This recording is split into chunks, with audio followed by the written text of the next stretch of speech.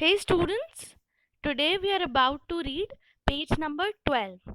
ठीक है, एक बार बैकग्राउंड देखते हैं. हमने लास्ट पेज तक देखा था कि कैसे ऑथर एक लड़का है डेविड, उसकी वजह से वो एक एज एन एंजल काम करता है एंड वो अपनी हीरोइक डीड से, अपनी हीरोइक बैटल से फायर के साथ कैसे ऑथर को और उसके फ्रेंड्स को बचा लेता है. ठीक है. एंड जब वो लोग बच गए थे बच्चों, तब वो लोग ड्राइव करते हुए जा रहे थे एंड रास्ते में वो लोग क्या देख रहे थे? एनिमल्स के डेड रिमेन्स, बचे कुचे हिस्से जो जल भुन गए थे, बर्निंग हाउसेस, जलते हुए घर, जलती हुई कारें. फिर हमने देखा था Fleming logs littered our path. Fleming logs मतलब पेड़ की जो लॉग्स होती हैं उसमें से आग निकल रही थी और वो रास्ते में बिखरी हुई थी. We were in a daze from our experience of the past few hours. तो ये सब लोग जितने फ्रेंड्स हैं सब चौके हुए थे. अगर गॉड का मिरेकल यहाँ पे ये कैसे कह रहे हैं?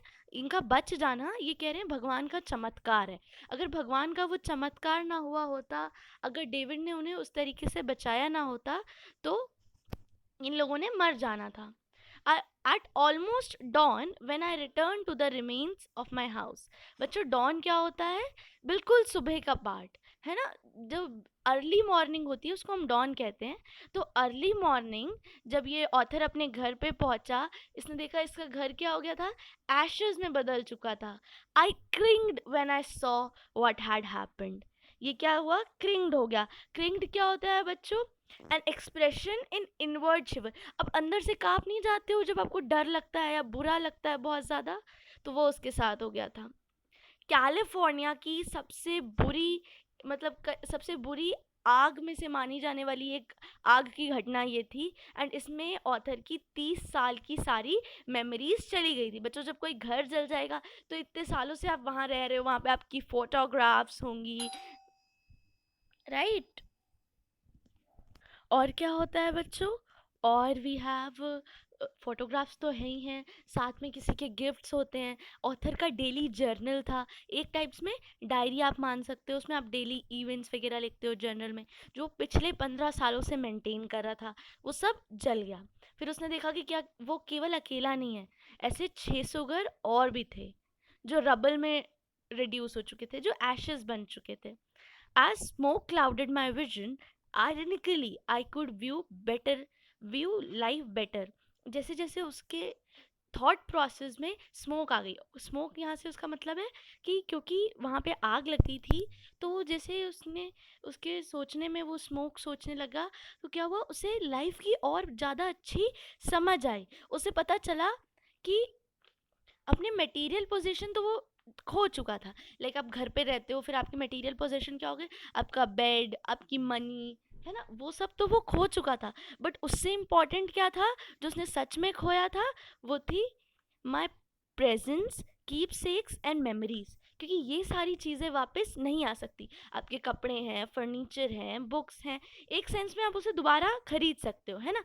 बट जो रियली में रियल चीज़ें हम खोते हैं वो क्या होती हैं? वो होती है हमारी जो प्रेजेंट्स होते हैं, हमारी जो मेमोरीज, या कोई भी गिफ्ट्स हैं, या कोई डायरीज हैं, जर्नल्स हैं जो बचे हुए हैं, वो रियलिटी में हम लॉस करते हैं. अगर ऐसा कोई सिचुएशन हमारे सामने आ जाती है, आग लग जाती है या कुछ भी, तो अगर जो असली में हमारा ट्रू लॉस्ट होता है, जो इररिपेबल होता है, जो वापस रिपेयर नहीं हो सकता, वो यही सब चीज़ें होती हैं. ठीक है.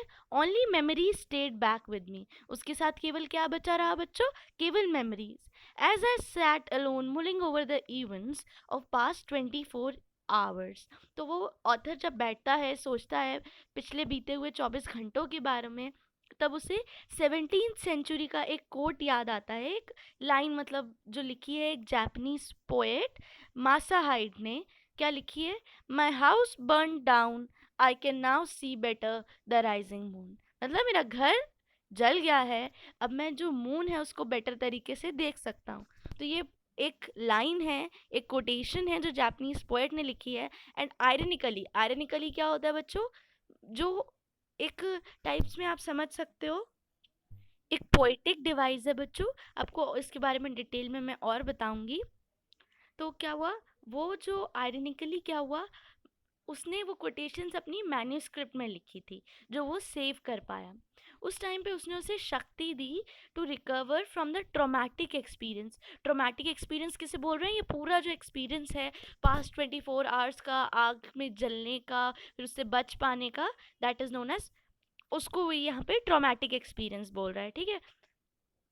इससे उसे समझ में आया, ग्लिम्स मिली, थोड़ी सी नज़र में मिला कि एक्चुअली में उसने क्या पीछे छोड़ा है, ठीक है। I realise there was so much in life that I could easily have done without. उसे पता चला कि मैं, मतलब बहुत सारी चीज़ें ऐसी हैं ज़िंदगी में जिनके बिना मैं रह सकता हूँ, है ना। फिर after math of the fire, fire के बाद क्या हुआ, आई ले still on kind friends floor.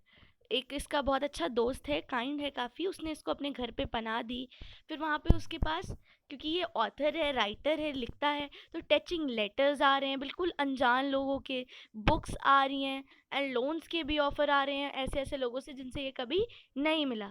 These were the people who had read about my loss and willing to reach out. Means वहाँ की न्यूज़पेपर में या कहीं से इन लोगों को पता चला होगा, एंड वो ऑथर की मदद करने के लिए सामने आ रहे थे।